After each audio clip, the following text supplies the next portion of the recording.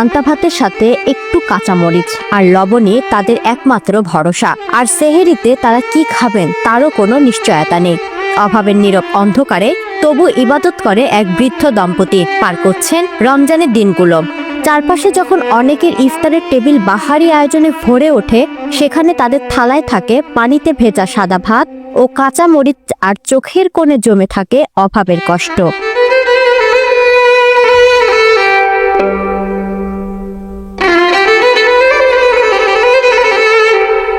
পান্তা ভাত দিয়ে ইফতার করতেছি, শেষাইতে যাওয়া কি দেখাম এরকম নাই। ইস্তার বুট নাই, মাসে কত ইস্তার খায়, আমরা পারি না। বুট বিলের মাসে খায়। জামালপুরের ইসলামপুর উপজেলা চরপুটিমারি ইউনিয়নের ডিগ্রির চর খলিফাপাড়া এলাকার দম্পতি জংশের আলী এবং মইজ ফুল বেগম।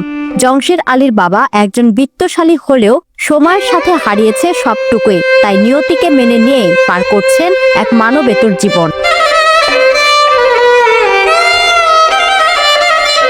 ওরা যেমন তো মেলে আছে, যেমন কপালে নাই, খাই না, তোক দিলে নাই, একটু করি আমরা খাই। একদম দিলে খাই, একদম না দিলে না খাই, যা দুটো তাই খাই। লজ্জার ভয়ে কখনো কারো কাছে হাত পাতেন না জংশের আলী। প্রতিবেশীদের কাছ থেকে চেয়ে আনা সামান্য ভাতের সাথে নুন আর কাঁচামরিচ কচলে খেয়ে তৃপ্তির ঢেকুর তোলেন তারা। একবেলা খাওয়ার হলে দ্বিতীয় বেলা খাওয়ার হয় না। লজ্জার খাতিরে মাসের কাছে ভিক্ষাও করে না। আসলে খুব কষ্টে দিন যাপন করতেছে। আমি বাইক কোনোটা নিয়ে এলে আমাদের আইনে দিলে খামু, না খাইলে তো চলবো না। একেবারে জংশটা খুব অসহায়, কিছু করা হয় না, কাম কাজ করা হয় না, কিছু করা হয় না। দেন ওজা করছে, কাইলে ওবে আসিল।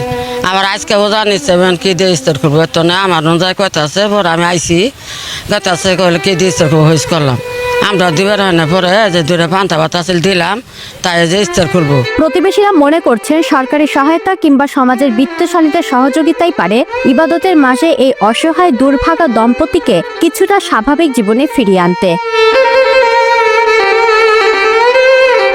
তবে বর্তমান সরকার যদি তা দিয়ে লক্ষ্য করে, তার জীবনটা সচলভাবে চলবে, এই আমি প্রত্যাশা করেছি। স্থানীয় জনপ্রতিনিধিরা জানান, পূর্বেও তিনি এই দম্পতিকে সরকারি এবং ব্যক্তিগত দুইভাবে সাহায্য করেছেন এবং সামনের দিনগুলোতেও তিনি তাদের পাশে থাকার আহ্বান জানান।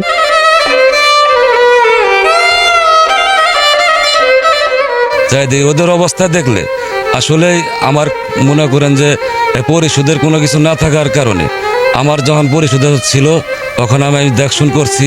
এখনো আমি সহযোগিতা ওদের জন্য যতটুকু করার এতটুকু করবো, আমার পরিশোধ থেকে অথবা আমার ব্যক্তিগত যা স্বার্থে থেকে আমি পারি। পাশাপাশি এই অসহায় দম্পতির প্রতি তিনি স্থানীয় প্রশাসনের মানবিক দৃষ্টির প্রতি আবেদন করেন। আমাদের উপজেলা কর্মকর্তা আছে, এদের কাছে আমি করজনই হাত ধরে বলি, আপনারা যতটুকু পারেন এই লোক দুটাকে আপনি মনে করেন একটু সহযোগিতা করেন। ক্ষুধা, লজ্জা আর নীরব কষ্টকে সঙ্গী করে তারা টিকে আছেন শুধু মানুষের মতো বাঁচার সামান্য স্বপ্ন বুকে নিয়ে। সমাজ যদি সামান্য সহমর্মিতার হাত বাড়ায়, তবে এই দীর্ঘ অন্ধকার ভেদ করে একদিন হয়তো তাদের জীবনেও জ্বলে উঠবে আশার আলো।